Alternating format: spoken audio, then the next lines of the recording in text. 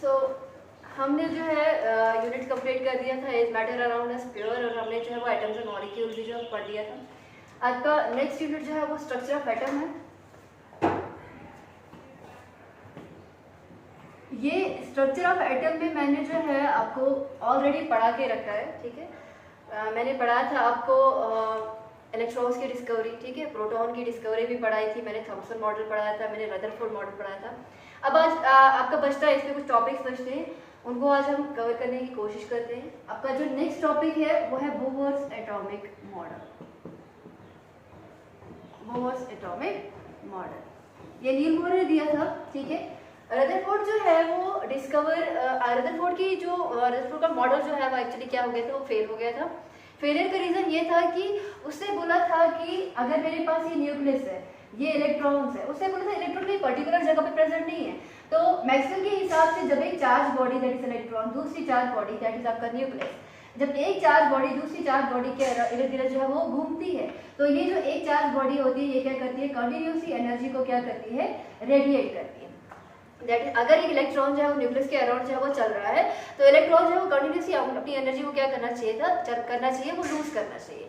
इसका मतलब जैसे देखो न्यूक्लियस यहाँ पे है, जैसे जैसे न्यूक्लियस से दूर जाते हैं ना एनर्जी बढ़ती है। अगर मैं ये बोल रही हूँ कि इलेक्ट्रॉन का जो एनर्जी है वो कम हो रही है, वो एनर्जी को रेडिएट कर रहा है, बिकॉज मैक्सवेल कह रही है, इसका मतलब जो आपका इलेक्ट्रॉन है वो न्यूक्लियस के पास है, उसकी एनर्जी कम हो रही है, और अल्टीमेटली वो स्पाइरल पाथ फॉलो करते करते उस न्यूक्लियस के अंदर जो है वो जाना चाहिए, दैट इज एटम जो है वो कोलैप्स होना चाहिए, लेकिन एटम कोलैप्स नहीं होता है, ठीक है।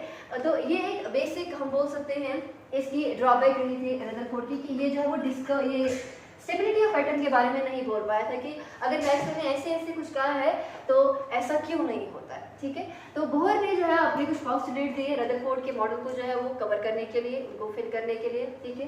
पहला जो पोस्टुलेट से बोला कि एटम के अंदर एक छोटी सी जगह होती है, पॉजिटिव चार्ज जगह होती है, जिसको हम क्या कहते हैं, न्यूक्लियस कहते हैं। The atom consist of very small heavy and positively charged center called nucleus।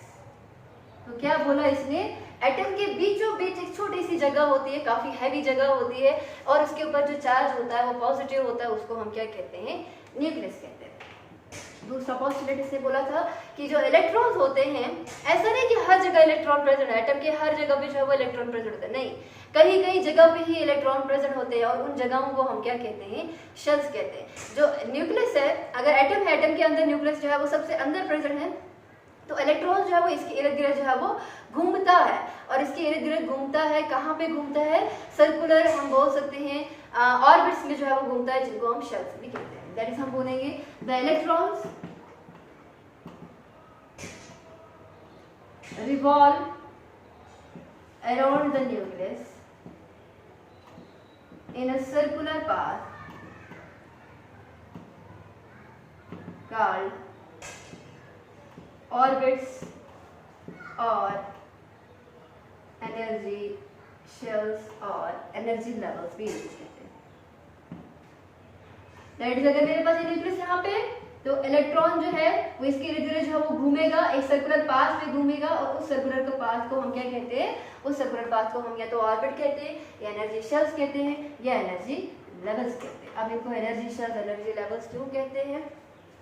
Third postulate है the orbits are associated with the definite amount of energy, with a definite amount of energy, so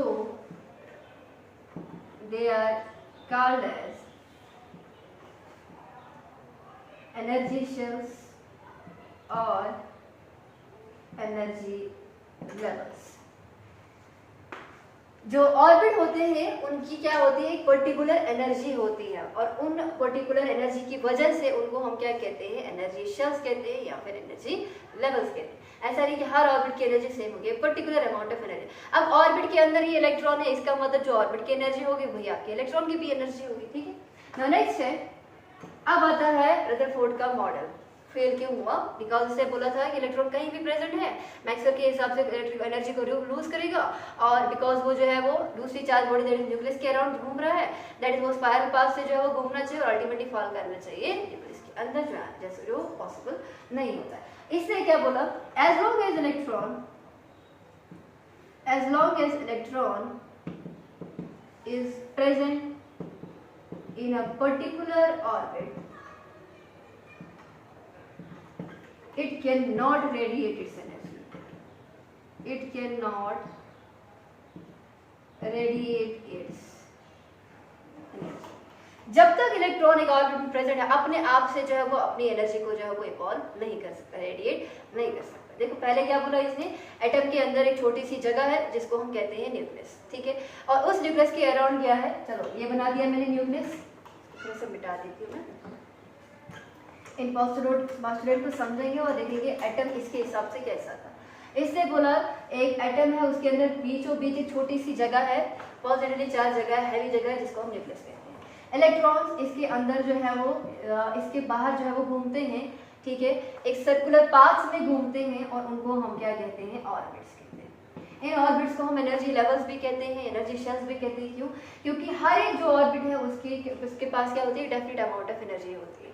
इसके पास जो है कुछ amount of energy होगी, इसके पास कुछ होगी, इसके पास कुछ होगी, लेकिन जैसे जैसे बाहर जाते हैं ना, एनर्जी ऑफ ऑर्बिट जो होती है वो इंक्रीज होती है। क्योंकि मैंने आपको बोला था जैसे जैसे हम क्या करते हैं, बाहर के लिए जाते हैं तो जो आपकी एनर्जी होती है वो इंक्रीज, तो जो बाहर वाले शेल होंगे उनकी एनर्जी ज्यादा होगी, अंदर वालों की एनर्जी जो है वो कम होगी, लेकिन किसी की भी सेम नहीं होगी, हर एक की डेफिनेट अमाउंट ऑफ एनर्जी होगी। इसीलिए इनको क्या कहते हैं, एनर्जी शेल्स कहते हैं या फिर एनर्जी लेवल्स। फिर इसे कहा, जब तक एक इलेक्ट्रॉन एक पर्टिकुलर ऑर्बिट में प्रेजेंट है वो अपनी एनर्जी को लूज नहीं कर सकता है या फिर गेन नहीं कर सकता है, ये रेडिएट नहीं कर सकता है एनर्जी। इसका मतलब अगर रेडिएट नहीं करेगा तो ये न्यूक्लियस के अंदर फॉल नहीं करेगा, इसकी एनर्जी फिक्स है। हाँ, इसकी एनर्जी को हम डिस्टर्ब कर सकते हैं। कैसे? अगर एटम के ऊपर कोई भी लाइट जो है वो पास कर रहा है तो क्या होता है, अगर इस लाइट की जो एनर्जी है, देखो अगर इसने यहाँ से यहाँ जाना है, मैं आपके पास दो डेस्क रख रही हूँ, ठीक है, मैंने बोला कि अलाउड नहीं है डेस्क के बीचों बीच जो खाली सी जगह है उधर आप नीचे नहीं बैठ सकते हो, ठीक है। तो आपके पास कितना डिस्टेंस है, ये मेरा एक डेस्क है, ये मेरे पास दूसरा डेस्क है। इसका मतलब अगर आपने यहाँ से यहाँ जाना है, आप छलांग जो है वो मार सकते हो। क्या मारोगे? छलांग। मैंने बोला कि नीचे बैठना ही नहीं है, नीचे वाली जगह जो है वो ना ही चलने के लिए बनी है ना ही बैठने के लिए बनी है, ठीक है। जैसे एग्जाम्पल वैसे ही होता है आपके पास क्या, ये ऑर्बिट्स भी होते हैं। इलेक्ट्रॉन इन दो ऑर्बिट के कहीं बीच में प्रेजेंट नहीं होता, इलेक्ट्रॉन होता ही ऑर्बिट के अंदर है। उन दोनों के बीच की जो जगह है वो इलेक्ट्रॉन के लिए नहीं बनी है रहने के लिए, बैठने के लिए। इसका मतलब कि जब इसके ऊपर एक लाइट पास होगी, इसका मतलब वो इलेक्ट्रॉन अपनी एनर्जी को, इस एनर्जी को क्या करेगा, गेन करेगा। सपोज करो मैं एग्जांपल मान के चलती हूँ, इसकी एनर्जी 10 है, इस वाले शेल की एनर्जी 10 है, ठीक है, और इसकी जो दूसरे वाले शेल की एनर्जी ऐसे 10-15 नहीं होती है, अलग अलग होती है, 13.18 होती है, 3.2 होती है, बट मैं एग्जांपल के थ्रू जो है बता रही हूँ, ठीक है। तो अगर इसके अंदर वाली शेल की एनर्जी 10 है, बाहर वाली की जो है वो क्या है, वो 15 है, और उसके बाहर वाली की जो है सपोज करते हैं वो 20 है। मैं बाहर से एनर्जी दे रही हूँ, कितनी अमाउंट ऑफ एनर्जी दे रही हूँ, 4 किलो जूल की एनर्जी दे रही हूँ, 4 किलो जूल की एनर्जी। अब क्या किया, इस इलेक्ट्रॉन ने एनर्जी को क्या कर दिया, वो गेन कर दिया। लेकिन जब इसकी एनर्जी है, सपोज मैंने बोला कि 10 है, 4 किलो जूल की एनर्जी है, अब इसके पास 14 किलो जूल की एनर्जी, 14 किलो जूल की एनर्जी नहीं, यहाँ कहीं बीच में जो है वो अटक जाएगा। लेकिन क्या बीच में कहीं अटक सकता है? नहीं अटक सकता है। आपके पास दो डेस्क है, आपने छलांग मारनी ही मारनी, यहाँ से यहाँ जानी ही चाहिए, नीचे गिरोगे सपोज करो आप मर जाओगे, मैं बोल रही हूँ, ठीक है, ये एग्जाम्पल है। वही चीज यहाँ पे भी है, इलेक्ट्रॉन ने यहाँ से यहाँ अगर जंप करना है तो इन दोनों शेल्स की जो डिफरेंशियल एनर्जी है, जब तक वो उसको बाहर से नहीं मिलेगी तब तक इलेक्ट्रॉन जो है वहां पे जंप नहीं कर सकता। हाँ, अगर मैं इसको 5 किलो जूल की एनर्जी दूं ना, तब जाके इलेक्ट्रॉन इस वाली शेल से जो है वो ऊपर वाली शेल में जो है वो जाता है। ठीक है, तब ये जो है वो एनर्जी को जो है वो लूज कर गेन करता है, ऊपर वाली शेल में जो है जाता है। लेकिन मैंने आपको ऑलरेडी बोला है कि जो आपके पास अपर शेल्स होते हैं जैसे जैसे बाहर जाते हैं उनकी एनर्जी जो होती है वो ज्यादा होती है, वो अनस्टेबल होते हैं। एनर्जी और स्टेबिलिटी का इनवर्स रिलेशन होता है। अगर मैं ये बोल रही हूँ कि बाहर जाने पे एनर्जी इंक्रीज हो रही है, दैट इज बाहर जाने पे स्टेबिलिटी डिक्रीज हो रही है। अंदर वाले इलेक्ट्रॉन जितना न्यूक्लियस के करीब होगा अट्रैक्शन उतनी ज्यादा होगी न्यूक्लियस के साथ, वो इलेक्ट्रॉन उतना ही ज्यादा स्टेबल होगा। जितना बाहर होगा न्यूक्लियस के साथ उसकी अट्रैक्शन उतनी कम होगी और वो इलेक्ट्रॉन उतना ही ज्यादा स्टेबल अनस्टेबल होगा। इसका मतलब अगर इसने एनर्जी को गेन करके ये एक्साइटेड स्टेट में चला गया, ऊपर वाले शेल में चला गया, जाहिर सी बात है वहां पे वो उतना ज्यादा स्टेबल नहीं है। वो चाहता है कि वापस आ जाए, और जब वो वापस आता है तभी जाके वो अपनी एनर्जी को जो है वो लूज करता है। कितना करेगा? जितनी उसे गेन की, 5 किलो जूल की एनर्जी जो है वो गेन की है, तभी जाके 15 में चला गया। 15 से अगर 10 आना है तो 5 की एनर्जी को क्या करना पड़ेगा? रेडिएट करना पड़ेगा। लेकिन क्या अपने आप हुआ? नहीं हुआ। जब तक हमने लाइट नहीं दी तब तक ये जो है अपनी एनर्जी को लूज गेन नहीं कर सकता है। और इसीलिए इसने बोला था कि जब तक मैंने उसको बाहर से कुछ नहीं दिया, जब तक एक इलेक्ट्रॉन किसी भी शेल में किसी भी ऑर्बिट में प्रेजेंट है वो अपनी एनर्जी को लूज या गेन नहीं करता। ठीक है, तो ये था आपका क्या बोहर एटॉमिक मॉडल। इसकी भी कुछ लिमिटेशन थी। इसके लिमिटेशंस में जो है वो डी ब्राउनली इक्वेशन आता है, यहाँ पे आपका हाइसेनबर्ग अनसर्टेनिटी प्रिंसिपल आता है। इसके अलावा हमारे पास जो है रिमन इफेक्ट आता है, वो उसको एक्सप्लेन नहीं कर पाता, स्टार इफेक्ट को एक्सप्लेन नहीं कर पाता। बट आई गेस आपकी एनसीईआरटी में जो है थोड़ा सा कम है, तो मैं आपकी एनसीईआरटी के हिसाब से चलती हूँ। ये सारी चीजें आप 11th क्लास में पढ़ेंगे। ठीक है, सो बोहर एटॉमिक मॉडल जो है यहाँ पे कंप्लीट होता है। आई होप आपको समझ में आ गया। Now next is neutron.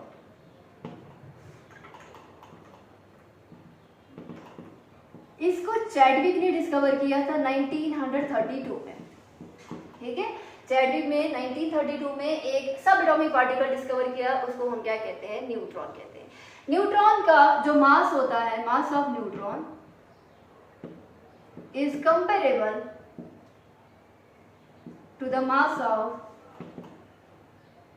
Proton. जितना ही प्रोटॉन का मास होता है उतना ही न्यूट्रॉन का भी मास होता है, लेकिन neutron has no charge. Neutron carry no charge, इसके ऊपर कोई भी चार्ज प्रेजेंट नहीं होता। इसको हम जो है वो n से जो है वो रिप्रेजेंट करते हैं। ठीक है, सपोज करो आपको बोला गया, सपोज हीलियम है, इसने बोला आपको कि, और एक चीज याद रखना, अगर मैं मास नंबर की बात करूँ ना, यहीं पे मास नंबर भी बताती हूँ। जो किसी भी एटम का मास होता है, मास ऑफ एटम या मास नंबर जिसको कहते हैं, वो किसके बराबर होता है? Number of protons plus number of neutrons. तो सपोज करो आपको बोला हीलियम है, हीलियम का जो मास है वो 2 है, और इसमें जो नंबर ऑफ प्रोटॉन्स है, सॉरी 2 नहीं 4, और इसमें जो नंबर ऑफ प्रोटॉन्स है वो 2 है। बताओ नंबर ऑफ न्यूट्रॉन्स जो है वो कितने होंगे? अब आपको पता है कि मास जो होता है वो इन दोनों के सम के बराबर होता है। अगर 2 आपके पास प्रोटॉन है तो जाहिर सी बात है 2 ही आपके पास क्या होंगे? न्यूट्रॉन होंगे। तो अगर किसी का भी मास नंबर दिया गया होगा या किसी भी एटम का मास दिया गया होगा, अगर आपको प्रोटॉन का नंबर पता है, आप जो है वो न्यूट्रॉन का नंबर भी कैलकुलेट कर सकते हो। ठीक है, तो ये था आपका न्यूट्रॉन। क्या होता है? कोई चार्ज इसके ऊपर प्रेजेंट नहीं होता है, और इसका जो मास होता है वो कंपेरेबल होता है to the mass of proton. ठीक है, नाउ नेक्स्ट इज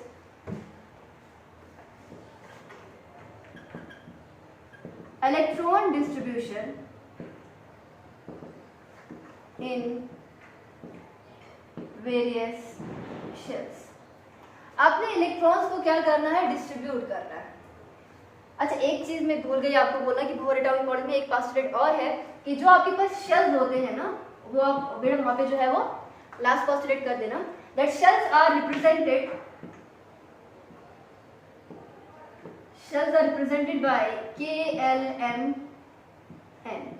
ये first shell, second shell, third और फोर्थ, या फिर 1, 2, 3, 4 से भी इनको शेल्स को जो है रिप्रेजेंट किया जाता है। ठीक है, अब इन्हीं शेल्स में हमने इलेक्ट्रॉन को डिस्ट्रीब्यूट करना है, इलेक्ट्रॉन को फिल करना है। कैसे फिल करेंगे?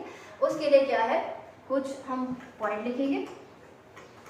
पहला पॉइंट इसमें जो है, the number of electrons present in a particular,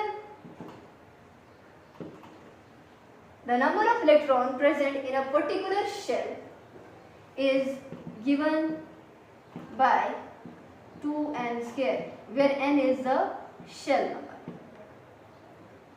For example, K shell की बात अगर हम करें और फर्स्ट शेल की अगर हम बात करें उसमें कितने नंबर ऑफ इलेक्ट्रॉन है, एन यहाँ पे 1 आएगा, 2 × 1 का स्क्वायर आएगा, that is 2 electron, that is के शेल में कितने इलेक्ट्रॉन आ सकते हैं, वो 2 आ सकते हैं। सपोज मेरे पास एल है जिसके लिए 2 होता है, सेकंड शेल है, तो 2 × 2 का स्क्वायर होगा, 2 × 2 4, 4 × 2 8, दैट इज 8 इलेक्ट्रॉन्स। अगर मेरे पास एन है या फिर थर्ड शेल है तो 2 × 3 का स्क्वायर, 3 × 3 9, 9 × 3 आएगा आपके पास 3 नहीं 2 n स्क्वायर है, तो आएगा आपके पास 18 इलेक्ट्रॉन्स। फिर अगर मेरे पास n है दैट इज फोर्थ शेल है तो उसके लिए आएगा 2 × 4 का स्क्वायर, 4 × 4 आएगा 60, 60 × 2 आएगा आपके पास 32 इलेक्ट्रॉन्स। इसका मतलब कि पहले शेल में 2 इलेक्ट्रॉन आ सकते हैं, दूसरे शेल में 8 आ सकते हैं, तीसरे में 18 आ सकते हैं और चौथे वाले में 32 आ सकते हैं। ठीक है। Second, the number of electrons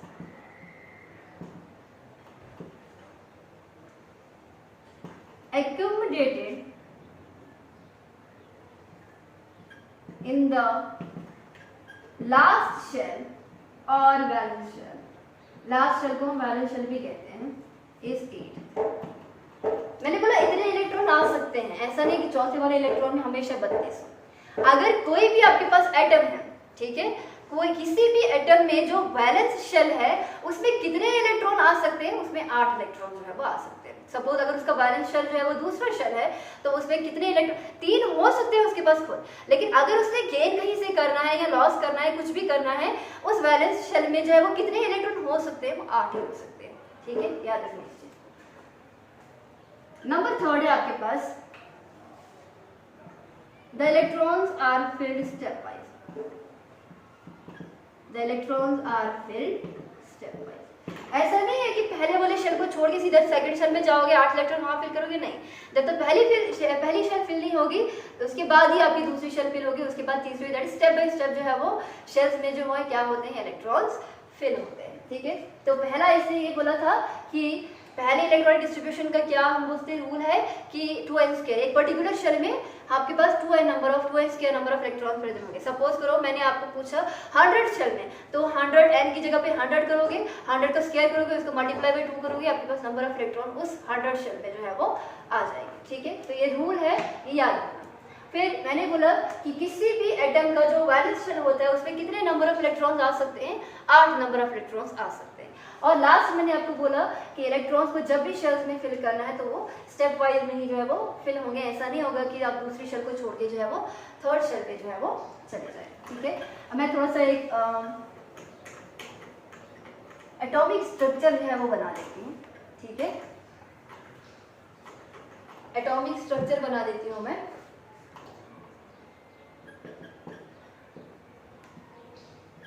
of few atoms,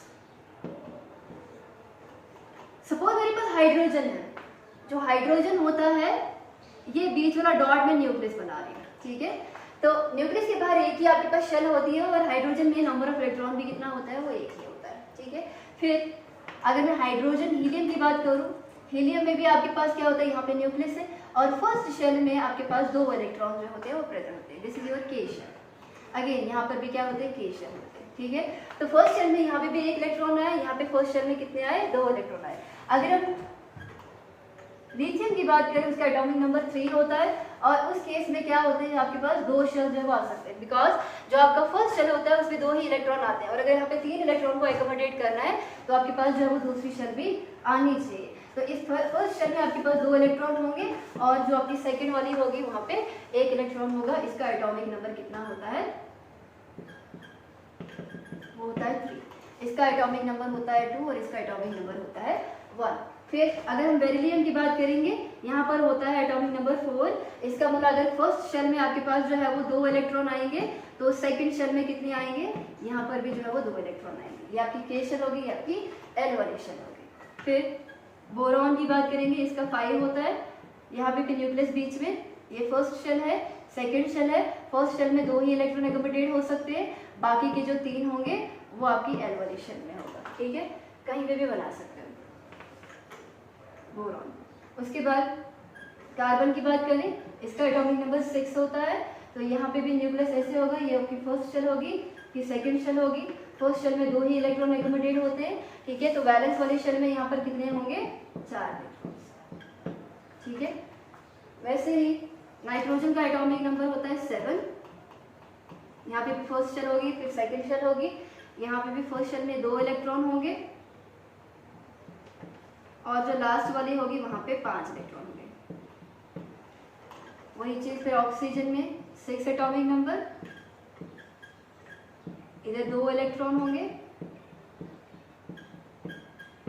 और बाहर वाले में जो है वो 6 इलेक्ट्रॉन होंगे।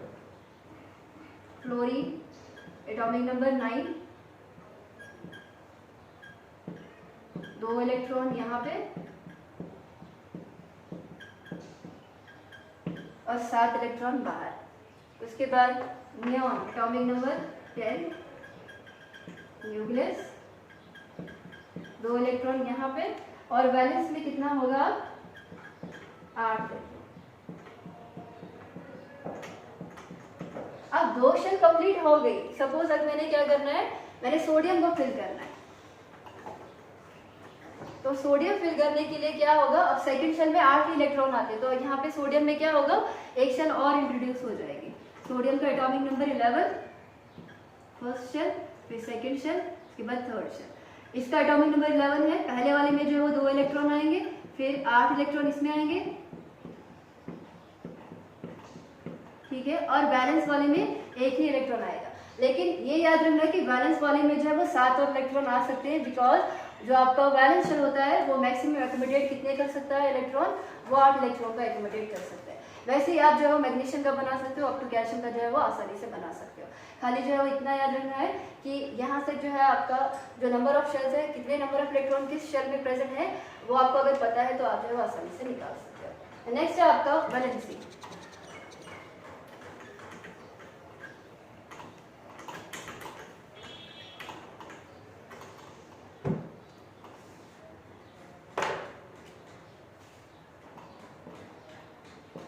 वैलेंसी का मतलब होता है combining capacity of an atom.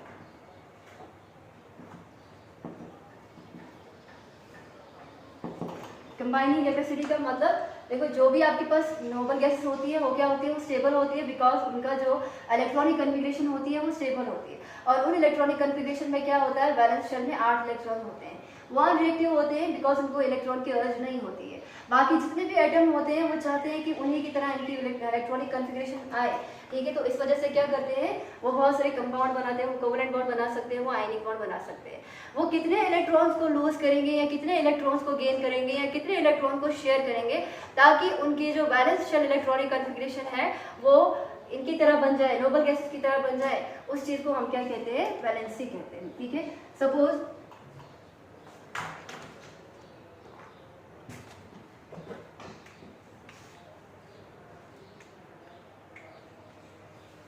मैं लिखती हूँ हाइड्रोजन, फिर helium, lithium, beryllium, boron, carbon, nitrogen, oxygen, fluorine and neon. इसका एटॉमिक नंबर जो है 1 है, इसका 2 है, इसका 3 है, इसका 4 है, इसका 5, then 6, then 7, then 8, 9 and 10, ठीक है। इनकी अगर हम इलेक्ट्रॉनिक कन्फिगरेशन देखें, इसी इलेक्ट्रॉनिक कन्फिगरेशन लिखो या इलेक्ट्रॉनिक डिस्ट्रीब्यूशन लिखो, आपकी अपनी चॉइस है। पहले शेल में एक ही इलेक्ट्रॉन होगा, यहाँ पर जो है वो 2 इलेक्ट्रॉन होंगे, यहाँ पे फर्स्ट शेल 2 आ जाएंगे और सेकंड शेल में 1 इलेक्ट्रॉन होगा, यहाँ पे फर्स्ट शेल में सेकंड 2 इलेक्ट्रॉन होंगे, यहाँ पे 2 3 आएगा, इधर 2 4 आएगा, then 2 5, 2 6, 2 7, यहाँ पे 2 8। अब देखो इस केस में बैलेंस शेल जो है वो आपका यही है, फर्स्ट शेल जो है बैलेंस शेल है। ये चाहता है नोबल गैस की तरह इलेक्ट्रॉनिक कन्फिगरेशन जो है बनाए, लेकिन ये 8 इलेक्ट्रॉन को एकोमोडेट नहीं कर सकता है। यहाँ पे क्या है, इसका जो नियरेस्ट नोबल गैस है वो क्या है, वो हीलियम है। हीलियम में भी क्या होता है, आपके पास फर्स्ट शेल में 2 ही इलेक्ट्रॉन है, कंप्लीटली फिल्ड है, ये भी स्टेबल होता है। इसको कितने इलेक्ट्रॉन की जरूरत पड़ेगी ताकि इसका एटॉमिक नंबर 2 हो जाए। इसमें जो आपके पास इलेक्ट्रॉनिक कन्फिगरेशन है वो 2 के बराबर आ जाए, इसको 1 इलेक्ट्रॉन की जरूरत है। इसका मतलब ये है, ये या ये भी कर सकता है कि 1 इलेक्ट्रॉन को जो है वो लूज कर सकता है, या फिर 1 इलेक्ट्रॉन को ये गेन भी कर सकता है, तभी जाके इसकी हीलियम की तरह इलेक्ट्रॉनिक कन्फिगरेशन आएगी। इसका मतलब इसकी जो वैलेंसी होगी, कंबाइनिंग कैपेसिटी जो होगी वो क्या होगी, वो 1 के बराबर होगी, ठीक है। दैट इज ये या तो 1 इलेक्ट्रॉन को लूज कर सकता है या तो गेन करेगा, ताकि इसकी इलेक्ट्रॉनिक कन्फिगरेशन हीलियम की जैसी बन जाए। हीलियम में क्या है, फर्स्ट शेल जो है वो कम्प्लीटली फिल्ड है, इसको इलेक्ट्रॉन की अर्ज नहीं है, इसका मतलब इसकी वैलेंसी क्या होगी, वो जीरो, इसको कंबाइन करने की जो है वो जरूरत नहीं है। इस केस में देखोगे जो आपका लिथियम होता है, इसको अगर हीलियम की जैसे इलेक्ट्रॉनिक कन्फिगरेशन शो करनी है तो ये भी कर सकता है कि सेकंड शेल में जो है वो 7 इलेक्ट्रॉन को जो है वो गेन करके तब जाके यहाँ पे 8 आएगा, या ये भी कर सकता है कि 1 इलेक्ट्रॉन को लूज करेगा और हीलियम की तरह इलेक्ट्रॉनिक कन्फिगरेशन शो करेगा। 7 इलेक्ट्रॉन को गेन करना मुश्किल है, उसके लिए बहुत ज़्यादा अमाउंट ऑफ एनर्जी लगती है, वैसे 1 इलेक्ट्रॉन को इसके लिए लूज करना आसान होता है। इसका मतलब इसकी कंबाइनिंग कैपेसिटी क्या होगी, वो 1 होगी, ये 1 इलेक्ट्रॉन को जो है वो लूज कर सकता है। वैसे ही बेरिलियम भी है, ये या तो 6 इलेक्ट्रॉन को गेन करेगा तब जाके इसका जो है वो वैलेंस शेल में 8 इलेक्ट्रॉन आएगा, दैट इज कन्फिगरेशन नियॉन की जैसी आ जाएगी, या ये भी कर सकता है कि 2 इलेक्ट्रॉन को लूज करके इसकी इलेक्ट्रॉनिक कन्फिगरेशन जो है वो हीलियम की तरह आ सकती है। 2 इलेक्ट्रॉन को लूज करना आसान होता है, इसका मतलब इसकी कंबाइनिंग कैपेसिटी 2 होगी। वैसे ही यहाँ पे भी है, यहाँ पे 3 इलेक्ट्रॉन को जो है वो लूज कर सकता है, या तो 5 इलेक्ट्रॉन को गेन कर सकता है, 3 को जो है वो लूज करना इजी होता है। कार्बन हमेशा जो है वो कोवलेंट बॉन्ड बनाता है, ये 4, इसको 4 की जो है वो अर्ज है, इसका मतलब ये 4 बॉन्ड बना सकता है, इसकी कंबाइनिंग कैपेसिटी 4 होती है। नाइट्रोजन का केस ऐसा भी हो सकता है कि 5 इलेक्ट्रॉन को लूज करे तब हीलियम की जैसी इलेक्ट्रॉनिक कन्फिगरेशन बन सकती है, या तो 3 इलेक्ट्रॉन को गेन भी कर सकता है ताकि stable electronic configuration that is neon की तरह आ जाए। 5 इलेक्ट्रॉन को लूज करना मुश्किल होता है, 3 को गेन कर सकता है, दैट इज वैलेंसी 3। यहाँ पे भी 6 इलेक्ट्रॉन को लूज करना मुश्किल होता है, 2 को ही गेन कर सकता है, दैट इज वैलेंसी 2। यहाँ पे आ जाएगा 1, और ये इसका जो है ऑक्टेट ऑलरेडी कंप्लीट है, इसको जो है वो कंबाइन करने की जरूरत नहीं है, दैट इज जो आपका नियॉन होता है, जो भी नोबल गैसेस होती हैं इनका जो कंबाइनिंग कैपेसिटी होती है या वैलेंसी होती है वो क्या होती है, वो 0 होती है। ठीक है, तो ये था आपका valency. Now next is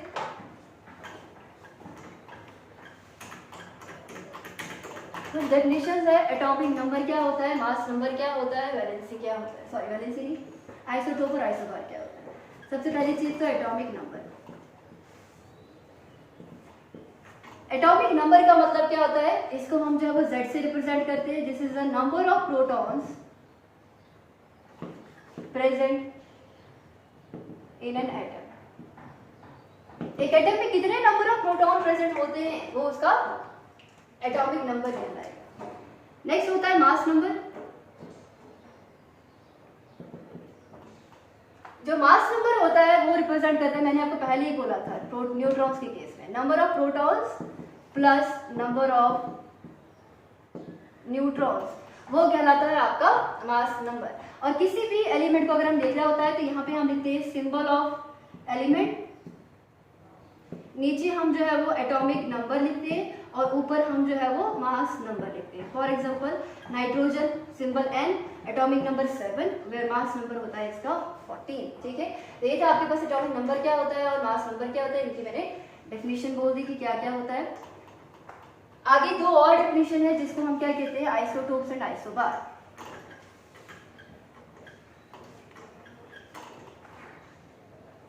isotopes, isotopes क्या होते हैं, these are the atoms of same element having same atomic number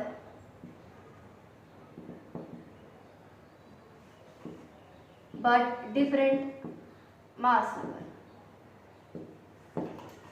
एक ऐसे एटम्स होते हैं जिनका एटॉमिक नंबर सेम होता है लेकिन मास जो होता है वो डिफरेंट होता है। फॉर एग्जांपल हाइड्रोजन के देखिए 3 तरीके के आइसोटोप्स होते हैं, सबका एटॉमिक नंबर क्या होता है, 1 होता है, लेकिन एक का एटॉमिक मास 1 होता है, दूसरे का 2 होता है, तीसरे का 3 होता है। एटॉमिक मास बोलो या फिर मास नंबर बोलो, आपकी अपनी चॉइस है।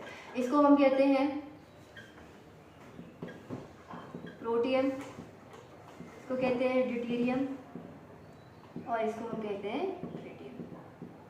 ठीक है, सबका एटॉमिक नंबर सेम है बट मास नंबर जो है वो डिफरेंट है। फॉर एग्जांपल दूसरी लेंगे, आपके पास कार्बन 2 होते हैं, एटॉमिक नंबर 6 होता है, लेकिन एक का एटॉमिक मास 12 हो सकता है, दूसरे का 14 हो सकता है। तीसरे एग्जांपल आपके पास क्लोरीन है, ठीक है, 17 दोनों का एटॉमिक नंबर है, एक का एटॉमिक मास 35 होता है और एक का 37 होता है। तो ये होते हैं आपके पास आइसोटोप्स। ठीक है, कभी कभी क्या होता है, किसी का जो मास होता है ना वो क्या होता है, वो फ्रैक्शन में आता है, पॉइंट वगैरह में आता है। वो किस वजह से आता है? नेचर में जो होते हैं, आप हाइड्रोजन की बात करते हो, आप हाइड्रोजन नॉर्मली क्या लेते हो, उसका मास जो है वो 1 लेते हो, बिकॉज इसकी अबंडेंस जो है वो नेचर में क्या होती है, वो ज़्यादा है। लेकिन जब हम क्लोरीन की बात करते हैं, वहाँ पर क्या होता है, ये वाला आइसोटोप जो है वो 75% में प्रेजेंट है और ये वाला जो है वो 25 में प्रेजेंट है। इस 25 को आप निगलेक्ट नहीं कर सकते, ऐसा नहीं कि पॉइंट कुछ कुछ में जो है प्रेजेंट है, फ्रैक्शन में प्रेजेंट है। तो इस केस में क्या होता है, आप इन दोनों के एटॉमिक मास का जो मीन होता है या फिर जो एवरेज होता है वो लेते हो आप क्लोरीन का एक्चुअल एटॉमिक मास, और क्लोरीन का इन दोनों का जब मीन करते हैं वो आता है 35.5। ठीक है, तो 35.5 जो है वो क्या है, वो एक्चुअल एटॉमिक मास है क्लोरीन का, जो कैसे आता है, दो एटॉमिक मासेस के हम बोलते हैं आइसोटोप्स के एटॉमिक मासेस का एवरेज निकाल के। आइसोटोप्स की कुछ एप्लीकेशंस भी होती है, जैसे जो आपका यूरेनियम का आइसोटोप होता है वो न्यूक्लियर रिएक्टर में जो है वो इस्तेमाल होता है। इसके अलावा जो आपका कोबाल्ट का आइसोटोप होता है वो कैंसर को ट्रीट करने में लगता है। आयोडीन का जो आइसोटोप होता है वो गोइट्रा को जो है वो ट्रीट करने के लिए इस्तेमाल में आता है। ठीक है, ये सा आइसोटोप क्या होता है, एटॉमिक नंबर सबका सेम होता है, सेम एलिमेंट से ही बिलोंग कर रहा है, सभी के सभी आइसोटोप जो है वो हाइड्रोजन एलिमेंट को ही बिलोंग करे। ये दो आइसोटोप कार्बन को ही बिलोंग करे, ये दो जो है वो क्लोरीन को ही बिलोंग करे। इनका एटॉमिक नंबर सेम है, मास different, atomic number same, mass different, atomic number same and mass is different. ये 3 आइसोटोप होंगे हाइड्रोजन के, कार्बन के 2, क्लोरीन के 3 होते हैं। लास्ट है आपके पास एक डेफिनेशन जिसको कहते हैं आइसोबार।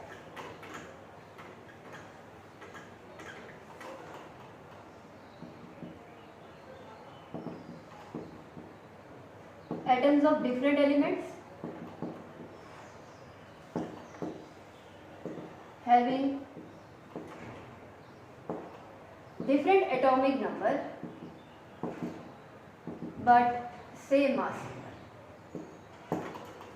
दो ऐसे एटम्स होंगे जिनका एटॉमिक नंबर डिफरेंट होगा लेकिन मास जो है वो सेम होगा। फॉर एग्जांपल के पास है कैल्शियम और आर्गन, इसका एटॉमिक नंबर होता है 20, इसका एटॉमिक नंबर होता है 18, और ये दोनों जो है डिफरेंट एलिमेंट्स को क्या कर रहे हैं, बिलोंग कर रहे हैं। ठीक है, और इसका जो एटॉमिक मास है वो 40 होता है, इसका एटॉमिक मास भी क्या होता है, वो 40 होता है। दैट इज दो डिफरेंट एटम्स है, डिफरेंट एलिमेंट से बिलोंग कर रहे हैं, एटॉमिक नंबर डिफरेंट होता है लेकिन मास नंबर क्या है, वो सेम है।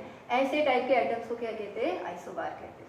Solve about in this unit. ठीक है।